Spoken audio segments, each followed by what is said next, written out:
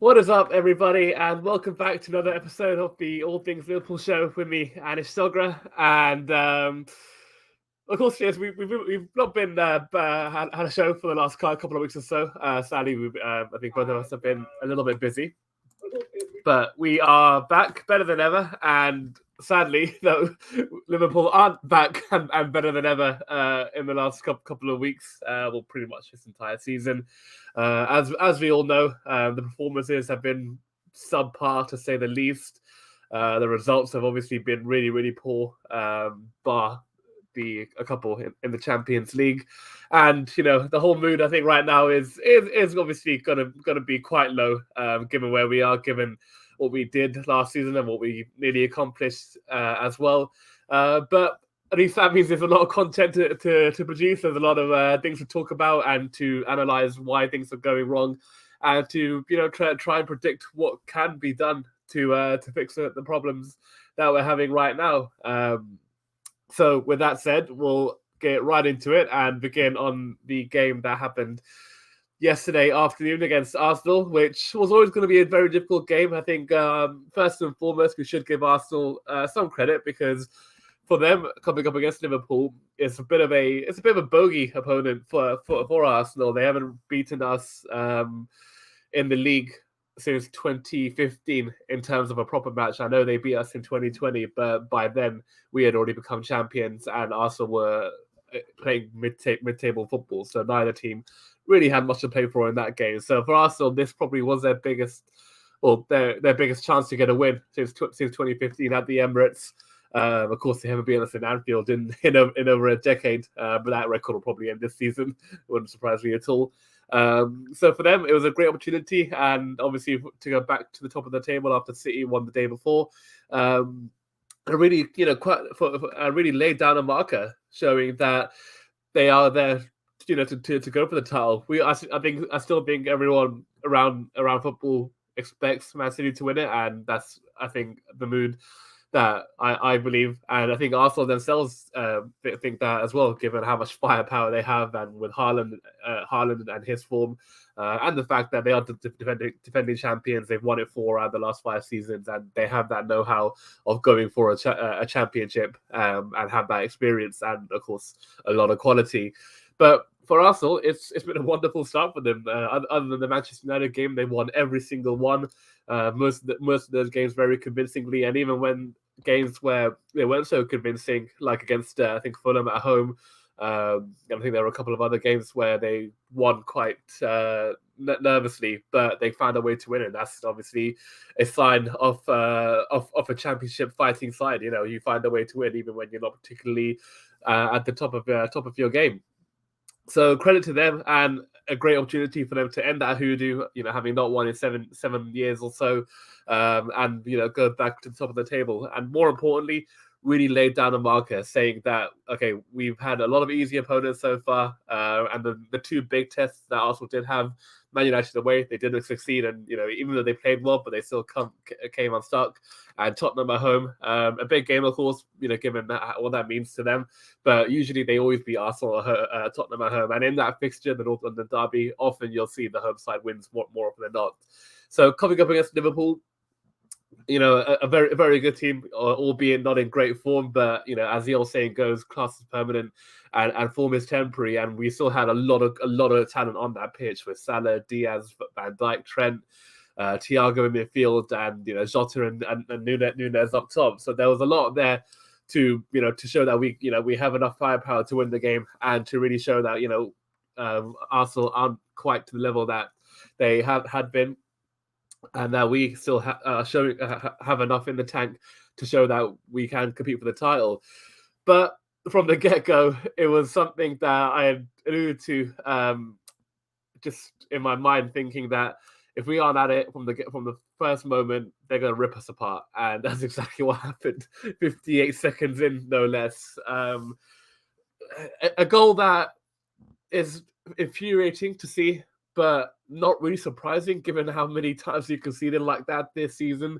Players out of position, some not running as hard as others, and creating overloads, making wrong decisions, and that's exactly what happens. From the first from the first time that Arsenal won the ball back, and I just watched the highlights, so it gave me time to really analyze each goal that we conceded. And the first one is the best one to analyze from our point of view, and from why we conceded so early. So we try to start attack, lose the ball, fair enough. That doesn't really matter. Saliba makes a good challenge on Jota. Then the first mistake is Thiago. He goes in and tries to win the ball. Firstly, not only does he get there, but it's the decision and the way he performed his action. He goes in almost like a half press. He doesn't go in with full aggressiveness, thinking that, yes, I'm going to be there. As soon as the ball is in turnover, as soon as the ball is there to be won, I will be there to stop Arsenal from getting out and winning the ball high up the pitch. He doesn't do that. He goes in half-assed and he doesn't win the ball. First mistake. So Arsenal get out and make the first pass pretty easily. Thiago doesn't make a good enough challenge, and he's out of position and out of that attack. Then you're looking at the second phase of play. Henderson coming over, not stopping Odegaard. He has a lot of time, Odegaard. And from when the pass is made to the right side, I think it was Saka who received it. He passed it inward to Odegaard. Henderson is in a good position. There's no one around him. All of our defenders are occupying the other Arsenal attackers. Matip has Jesus and Trent has Martinelli. But then Henderson doesn't come over. He doesn't stop Odegaard from allowing to have him have the time. And with Odegaard and the kind of player he is, the technician that he is, and his ability to spot a pass, he's always going to do that if you give him time. And Henderson was too casual, far too slow, far too reactive rather than proactive in stopping that pass. And then when you've got two players on that side, Joel Matip and Trent Alexander-Arnold, I know everyone will still keep on saying how Trent's not great right now. He's not in a great space. Physically, mentally, and however many other reasons.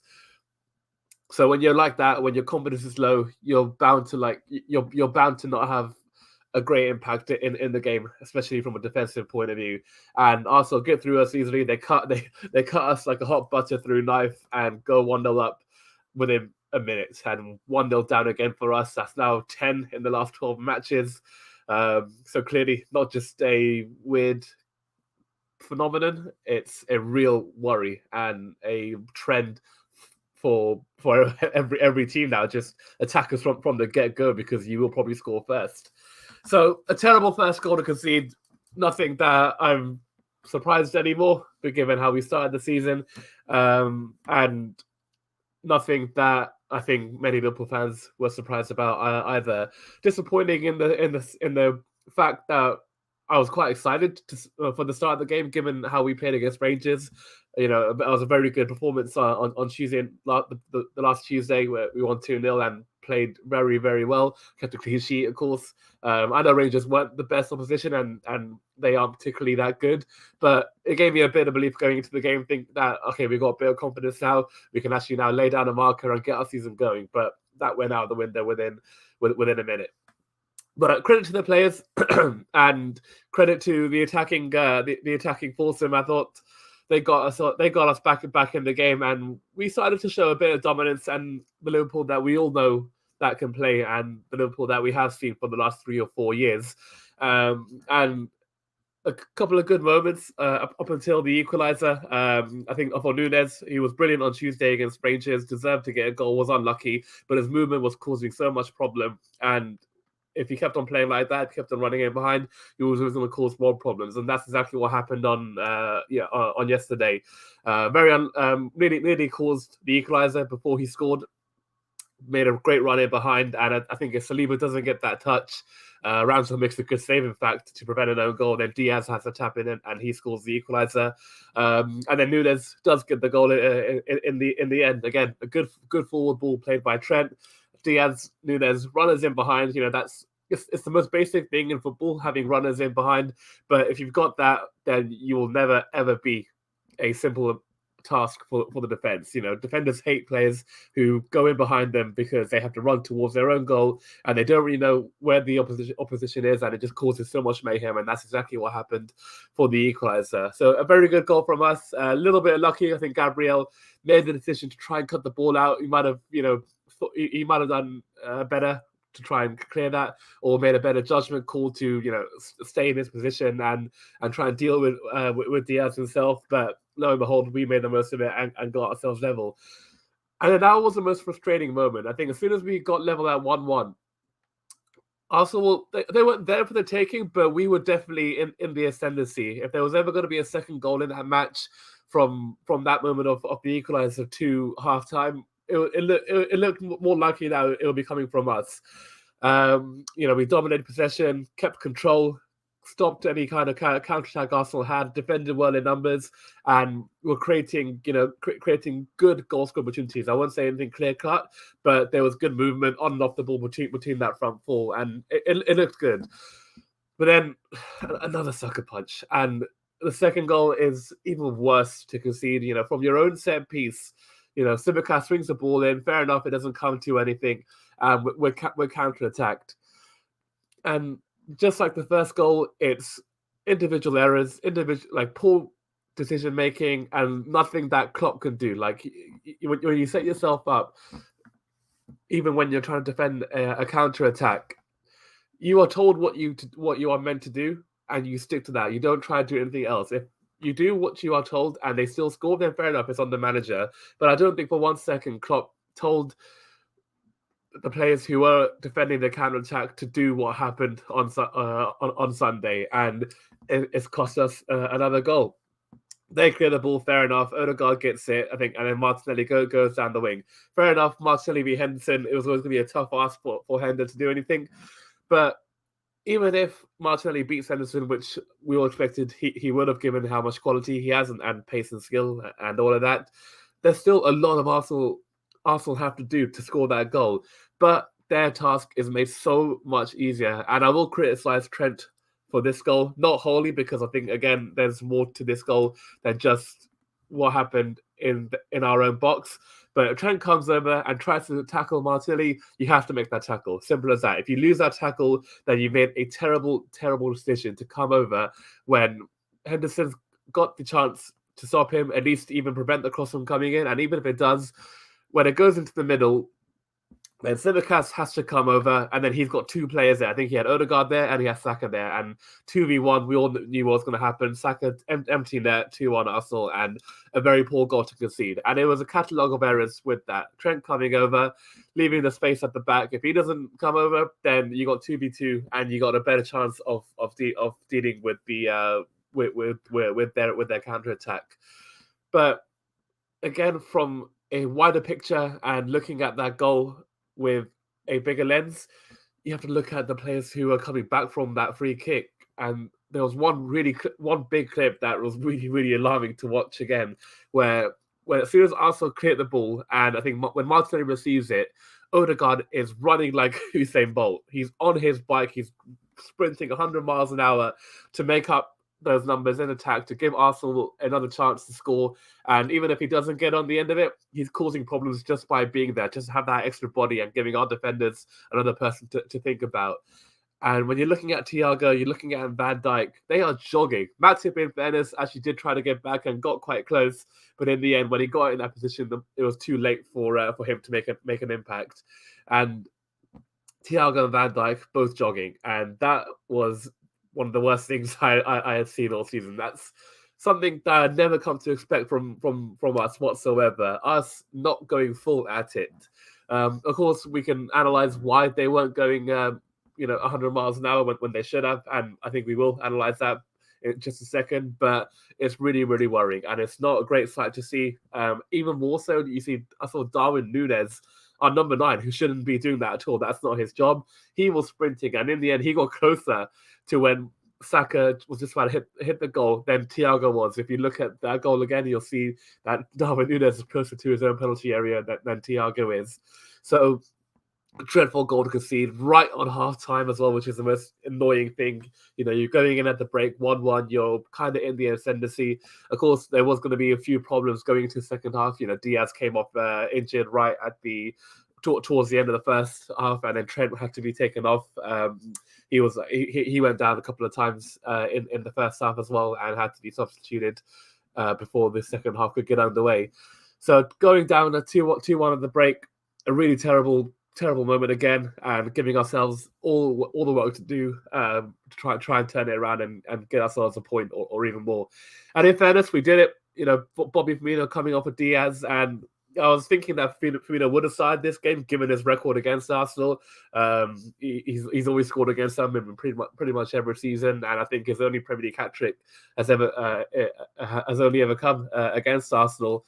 So it would have surprised me if he started and got a goal. But he came off the bench, looked great. Actually, been one of the few shining lights this season, and is our top scorer in the league with 6 goals, and I think that's now 4 goals in. Or contributing to goals in 4 of the last 5 matches, which is a real big plus to see him playing the way he is. So great goal. I thought Jota did very well. It was a very nice pass to play him in. And credit to Firmino. I think often in the past I've criticised him, and I think he has been criticised for being in a shooting position but not shooting and trying to find a pass instead. But he took it on, and well done to him. It was a fantastic strike.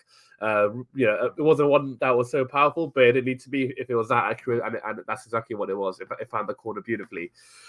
And again, when you got to 2-2, and this is probably the most alarming thing as well, from when we got level, comparing the first half to the second. When we got level in the first half at 1-1, we were in the ascendancy, and we looked like scoring the next goal in the match. And I was expecting that to happen when it got to 2-2, but the total flip side happened. And I was watching the Gary Neville podcast yesterday, where he was analysing our performance in the second half, and the most worrying thing he said, and it's probably true, was that it was a lack of energy from the entire team. Other than Darwin Núñez, who in fairness was still trying, but he's still trying. He's still altering his game and getting adapted to life in Liverpool. But it was just too much for him to do on his own, and for the rest of the players, they just weren't at it. Henderson wasn't able to cover the ground. Fabinho, when he came on, didn't do much. Thiago that was probably his worst performance in a Liverpool shirt, and I won't blame him too much on that in that game, because he has been phenomenal for us most of the time when he does play. But that was by far from one of his best displays in a Liverpool shirt. Van Dijk, I think we all can tell that there's something not right with him this season, whether that's a mental factor, not playing to the absolute highest just in case he might get injured, and obviously he's got the history with the ACL, missed the Euros with the Netherlands last summer, and given his age, he's 31 now, this might be the only opportunity he plays for the Netherlands at the World Cup. And obviously captaining them too, so he might be thinking that in the back of his mind, that's what's preventing him from being at his absolute best for Liverpool. I thought Gomez, when he came on, was actually okay. Gave us definitely a bit more solidity. I think that's always been the debate with him and Trent. Obviously, Trent will give you that outstanding area attacking qualities, but Gomez is obviously a better defender.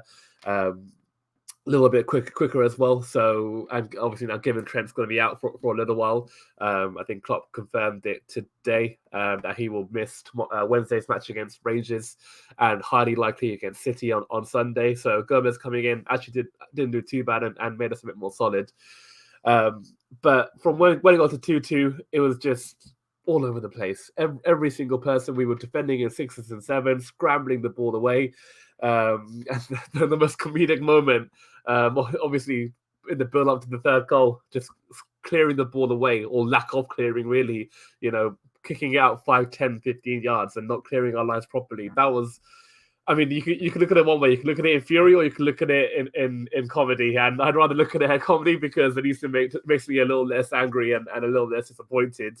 But woeful from us, not clearing our lines. It was good to see Konate back from injury. That was his first start of the season, which was a little plus at least. But for the way we conceded the third goal, nothing like.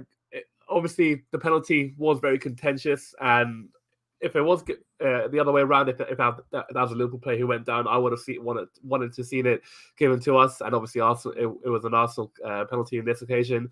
So I think it was one way, if your team got it, you would want to see it. But if you're looking at it objectively, it's hardly a pen. It really is. Thiago doesn't make much contact. It's barely a touch. But fair play to Jesus. He kind of cons the ref. He, by the way, had a woeful performance. I think Trent, because when Trent went off injured, it was because of the stamp he had from Martinelli on his ankle, which I think was easily could have been a red card. Gabriel handballing when it was 1-0. Again, clear handball. Like, it's not natural for your hand to be that high up. I mean, if the ball hit his hand and it was by his body, then fair enough, you wouldn't give that. But to have your hand that high up, and that's just not a natural position, and then for it not to be given, terrible decision again. So the referee had a terrible game. Arsenal penalty. Fair play to Saka. I was for him personally, I was pleased to see him score. Obviously, we all remember what happened in the Euros last year, but he's clearly moved on from that, which is brilliant. And knows how to take a penalty, has the confidence and the mental strength to do it, and it was a great take. Alisson went the right way, and obviously Alisson is an unbelievable keeper, so that shows how good the penalty was from Saka, having the direction, the power, accuracy, and giving Arsenal a lead that they probably did deserve. I think if it ended a draw, I would have been accepting of that. I think a lot of Liverpool fans and players would have been as well, but given that we lost the game, it's a similar case of saying that, yeah, it's nothing that we didn't deserve either. We didn't play well again. When we got level twice, we didn't make the most of it. We didn't assert our dominance and try to go on and get that winning goal. And it's nothing that was too surprising given where both teams are right now. We're, of course, very low in confidence. Don't have the personnel right now, don't have the players mentally and physically capable of producing the levels that they did produce last season. And it's going to be a slog. It's going to be a slog until we get that break in the World Cup, which really can't come soon enough. I think nearly a month now before it begins. So, before this season began, I wasn't looking forward to the World Cup being in the middle of the season. But now, given where we are and given how we're playing, I am very much looking forward to have a break from Liverpool for a month. So, dreadful performance. And then in terms of the players, the likes of Thiago, the likes of Van Dijk, you just really wonder now if they can be really bothered to turn up for the next weeks or so, until the World Cup happens. And I think it's fair to say the league probably has gone. And I still remember predicting on this channel before the first game of the season that I thought we'd go on and win the title, given how close we were last season, and obviously our track record of losing out in 1 year, but then going on, kicking on it, and winning in the next. But I could not be more wrong right now. That's now 14 points behind Arsenal, even with the game in hand. And even if we drawn yesterday, I still thought that we wouldn't have won the title. We had to win, not only just for the points' sake.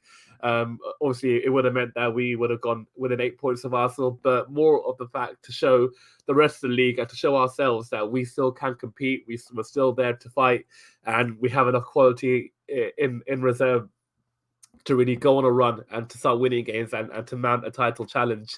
But that wasn't the case yesterday at all. Even when we got level on both occasions, it didn't look convincing at all. And that's exactly why we suffered the defeat. So another poor result, another game without victory, shipping goals again. Lots of goals. That's now 6 goals we conceded in the last 2 matches since the return of the Premier League after the international break. And 6 goals that were all very easily avoidable. The 3 against Brighton were 3 just dreadful mistakes again, and the 3 against Arsenal. So lots to do from here. Obviously, in terms of analysing where Liverpool go after this, if we could, I'd try to make as many changes as possible. But obviously, given how brittle our squad is and a lack of genuine quality from the bench, coupled now with Diaz and Trent out for a while. Diaz more so, which is a huge blow for us. He's by far been our best player this season. Him, Firmino, and I think Alisson are the only 3 who can really hold their name in good light. Nunez as well. Obviously he's had an indifferent start of the season, but he's looking a lot better in the last couple of games, and looks like he'll keep on progressing. But the rest of them just haven't done quite enough. So to lose Diaz for the next 2 months now, well, obviously we'll lose him for 1 month, which is a huge loss, and then he'll be recovering when the World Cup happens, and hopefully when the Premier League resumes after that on Boxing Day, he'll be close to being back by then. So huge loss there, and then that leaves us with who to bring in really. I think in terms of the formation, going to that 4-2-3-1, which is now something we've done in 2 matches yesterday and against Rangers last week, and something that as you know, if you've seen any of these previous shows, that I've been calling for in the change of formation, using the attacking talent that we do have. And just trying to outscore the team, because clearly we can't defend right now. So as they say, attack is the best form of defense. And on the bright side, you can say, we really scored 8 goals since the Brighton game, 3 in that match, 2 against Rangers, and it would have been 4 or 5 if it wasn't for their keeper, and then 2 yesterday. So at least we're finding the net, which is a bit pleasing, and something that we'll just have to keep on doing now, just to try and win some matches, because clearly we can't really rely on the defense or the midfield right now.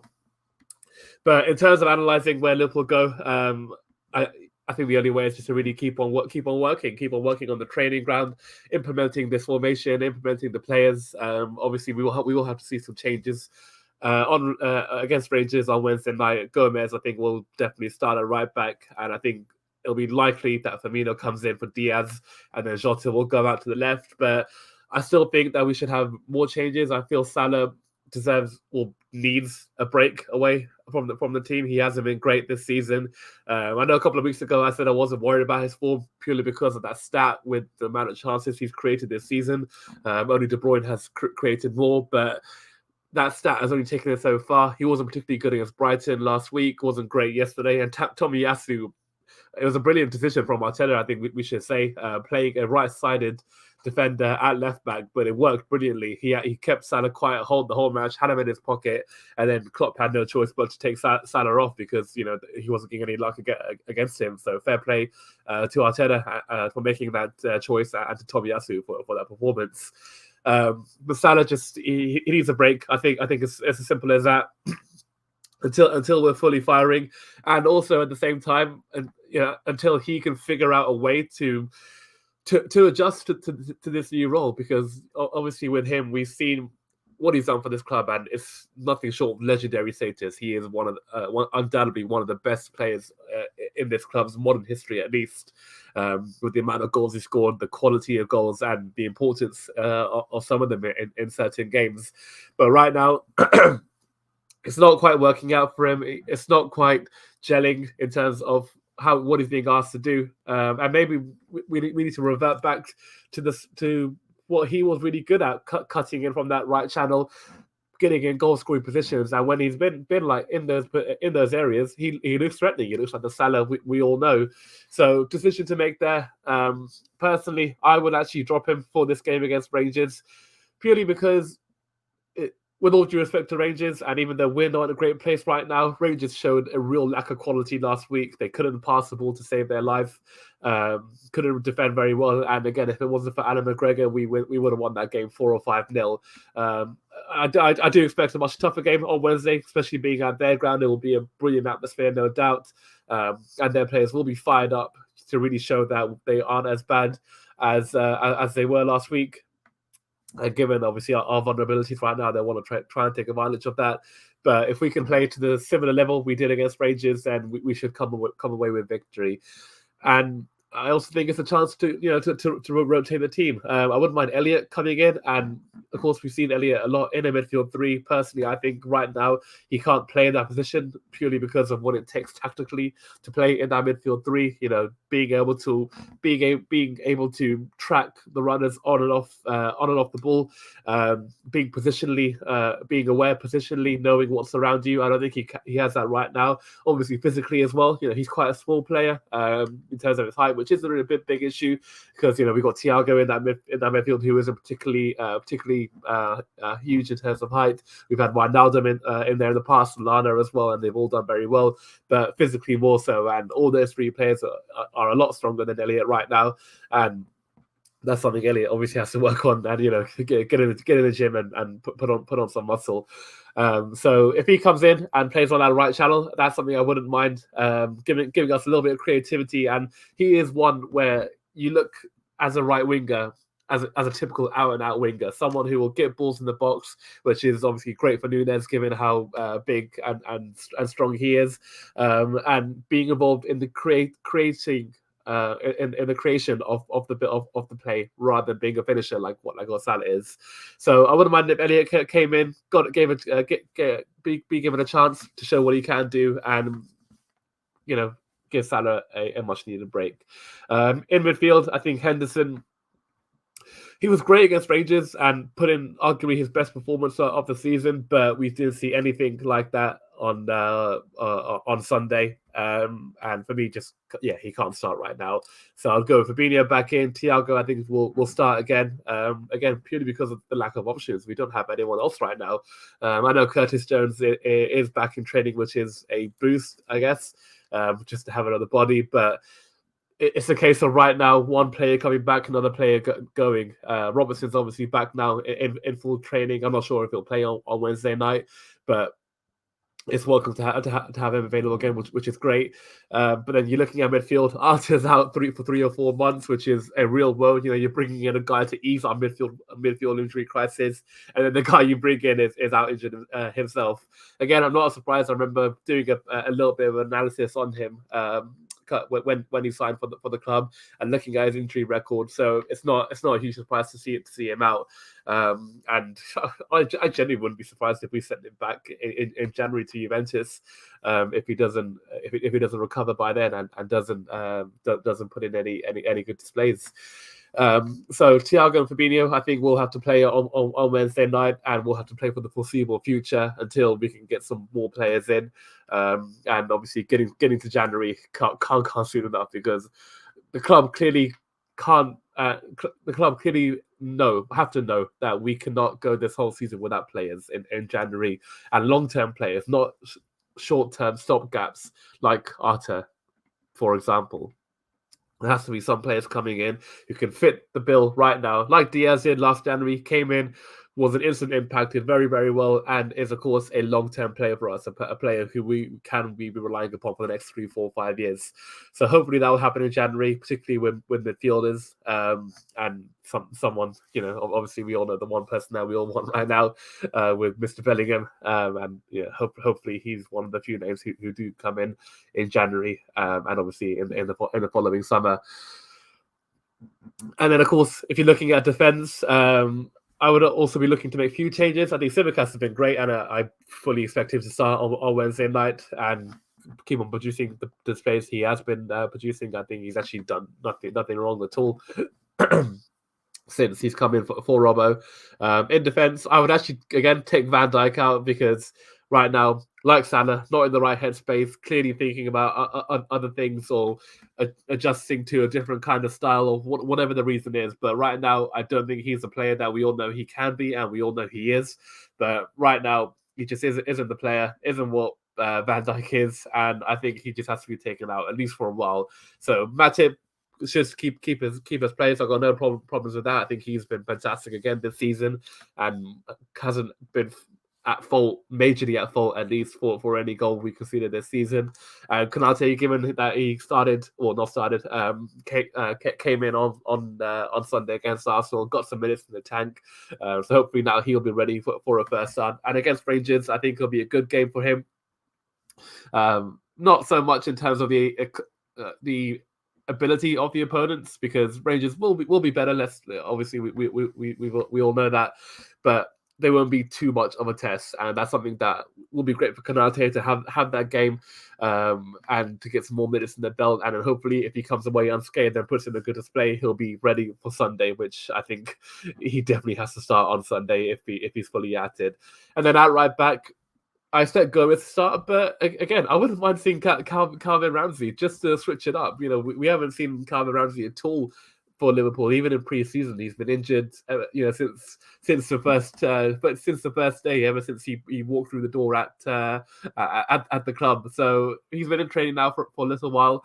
I don't expect him to start on Wednesday, But it would be nice seeing an out-and-out right back, and given what Klopp has said about him, about his potential and what he can bring to the club, it would be great to see him given a chance on Wednesday night. Again, I don't expect it, but at least I hope it will happen. So that's what Liverpool got to do. They got to change the players up, because from what I've been saying for so many episodes now about changing the mentality and changing the formation. The formation has been changed, and I think it's something that we've got to try now, at least for this month, until the World Cup. And then when the World Cup happens, with the players who are going to stay behind, playing those players in that formation, in training, and getting them used to it. And hopefully by the time the Premier League restarts, they'll be a lot better equipped to play in that system, and be much more of a threat to the opposition. But in terms of the mentality, clearly some of them right now just aren't at it, and the only thing you can do right now is just take them out. Luckily, I think in defense is probably the one position where we can make a decent amount of changes for those who aren't performing right now. Van Dijk again, especially. And hopefully, if he'll be shown that it doesn't matter who you are as a player, doesn't matter what you've done for this club and how big you are, you're not insurmountable from being dropped. And if you don't perform to the standard that you are expected of, then you won't be in the starting 11. So hopefully that happens on Wednesday night. We do see those changes, and in turn, hopefully it will bring us a much better result. And even though I do think the tunnel is gone, there is obviously still the top 4 to play, and that means right now I think the league can kind of take second pedal, because as we saw in the COVID season where there were no fans, for much of that second half of the campaign, we were in 7th, 8th, and 9th, and it didn't look like we were competing for the Champions League. But then in our last 10 matches, we won 8 of them and drew the other, and that turned out to be enough to qualify for the Champions League. So to get top 4, which I think is now pretty much the aim for this season, it doesn't really matter about the points right now on the board, because Liverpool are more than capable of going on a run later on in the season and finishing in that top 4. So right now, full focus on the Champions League. Obviously, the group stages will be done and dusted before the World Cup starts. So if we can get 9 points on Wednesday night, getting 3 wins out of 4, and once you get 9 points, you can effectively say you are qualified. Obviously, there will still be a lot of work to do to make sure that we are in that draw come February to play in the Champions League again. But if you can do that on Wednesday, get that win against Rangers, and obviously with Ajax and Napoli, the other 2 teams in that group, and Napoli looking like the best team in the world right now. I mean, it's quite incredible. Just a quick side note on them to see those performances they're putting in. Obviously, the 4-1 against us, and they deserve to be a much bigger scoreline. Beating Ajax 6 in their ground last week, an unbelievable display. And then, of course, beating Rangers 3-0. So they're 3 out of 3 and don't look like slowing down at all. And I think even Syria, they're top of the table right now, or definitely thereabouts. So they're looking fantastic, and fair play to them, especially after losing so many big players over the summer. Koulibaly leaving, Dries Mertens, Insigne, 3 of the stalwarts at that club. So they've been brilliant, and fair play to them. And obviously, if they can beat Ajax, that'll be great for us. That means they'll be on 12 points. Will hopefully be on 9, and effectively you could say, okay, 1 more win, even like 1 or 2 more points, and that'll be job done, and you'll qualify. So a dreadful weekend again. Hopefully it'll be a much better midweek and 3 more points. And of course, for the players who need to be shaken up, hopefully they are drilled into it on the training pitch for the coming days, weeks, months, and however long it takes for Liverpool to get back to the level where they were. So anyways, that is all we've got for today. I hope you've all enjoyed this show. We'll be back again next week to review the Man City game, which is something I'm not looking forward to reviewing whatsoever. I mean, I think the only decision right now is to question how many goals Haaland is going to get against his Liverpool defense, and whether if any of you play FPL, whether to use the triple captain. And if I were you, I'd probably say it's a good time to use it right now. So yeah, we'll be back next week. I hope you all enjoyed the show, and we'll see you again soon. Bye.